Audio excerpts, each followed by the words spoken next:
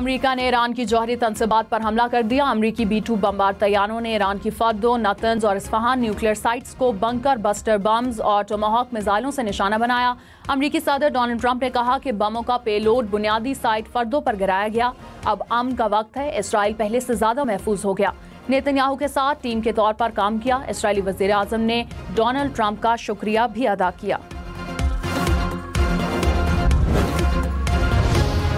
A short time ago, the U.S. military carried out massive precision strikes on the 3 key nuclear facilities in the Iranian regime: Fordo, Natanz, and Esfahan.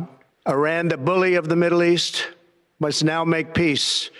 If they do not, future attacks will be far greater and a lot easier.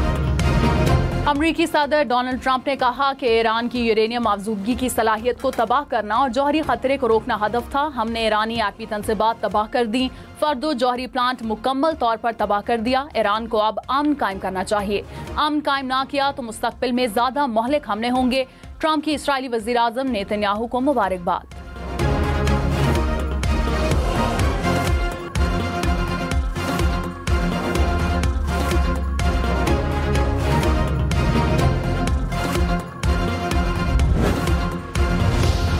ईरानी वजीर खारजा Abbas Araghchi ने कहा, America ने Iran की पुरअमन जौहरी तंसीबात पर हमले किए। America ने UN charter और बैनुल अक़वामी कानून की संगीन खिलाफ वर्जी की है। ईरान खुद मुख्तारी, मफादात और दिफा के लिए तमाम इख्तियारात महफूज रखता है। अमेरिकी हमले इश्तिआल अंगेज हैं, उनके तवील मुद्दती नताइज होंगे।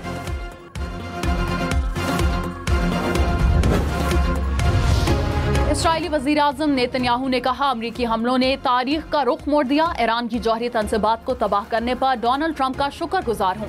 ट्रंप ने ऐसा मोड़ पैदा किया जो मशरिक वुस्ता को खुशहाली की तरफ ले जा सकता है।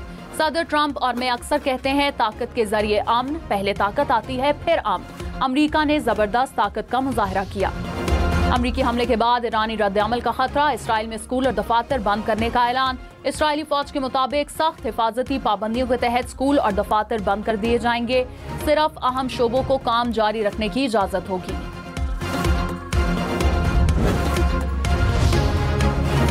अमरीकी सेनेटर बर्नी सैंडर्स ने ईरान पर हमले को गैर आईनी करार दे दिया। कहा, सदर ट्रंप को जंग के फैसले का इख्तियार नहीं, जंग का फैसला करना कांग्रेस का इख्तियार है।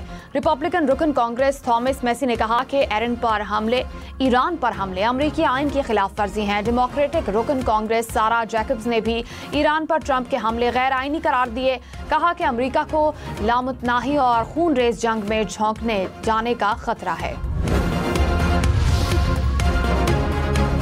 साबिक अमरीकी सदर बिल क्लिंटन ने कहा कि नेतन्याहू ईरान पर हमला अपने इक़्तिदार को तूल देने के लिए किया है। अमरीका अब तक ईरान और इसराइल के दरमियान तनाज़े में बराह रास्त कार्रवाई से दूर रहा है, लेकिन इसने इसराइल को तेहरान से मिसाइल मार गिराने में मदद की और इसे फौजी साजो सामान फराहम किया। सदर ट्रंप ने कहा कि इसराइल और ईरान के दरमियान मौजूदा तनाज़ा खत्म करके शहरियों के कत्ल को बंद करवाएं।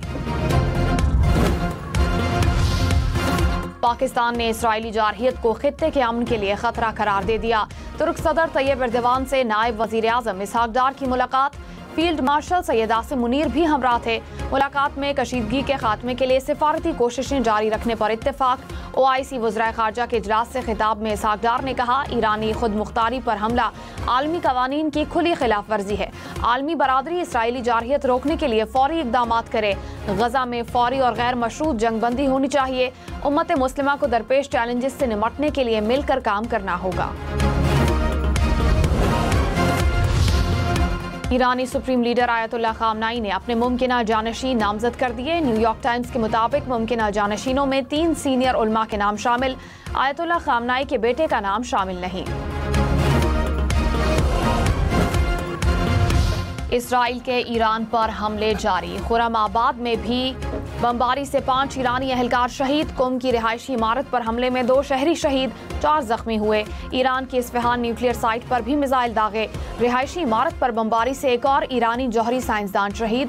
इसराइल का तेहरान पर फिर हमला, इसराइली फौज के मुताबिक फौजी तंसीबात को निशाना बनाया गया। इसराइल के ईरान पर हमलों में शहदा की मजमूई तादाद 430 हो गई।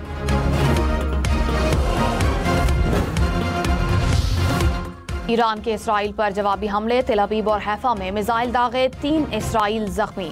इमारतें मलबे का ढेर बन गईं, गाड़ियां तबाह हो गईं। रॉयटर्स के मुताबिक यरूशलेम में भी धमाके हुए। ईरानी हमले के बायस भगदड़ मच गई। इसराइली शहरी महफूज मकामात की जानिब दौड़े। इसराइली फौज ने डिफेंस सिस्टम नाकाम होने का एतराफ कर लिया।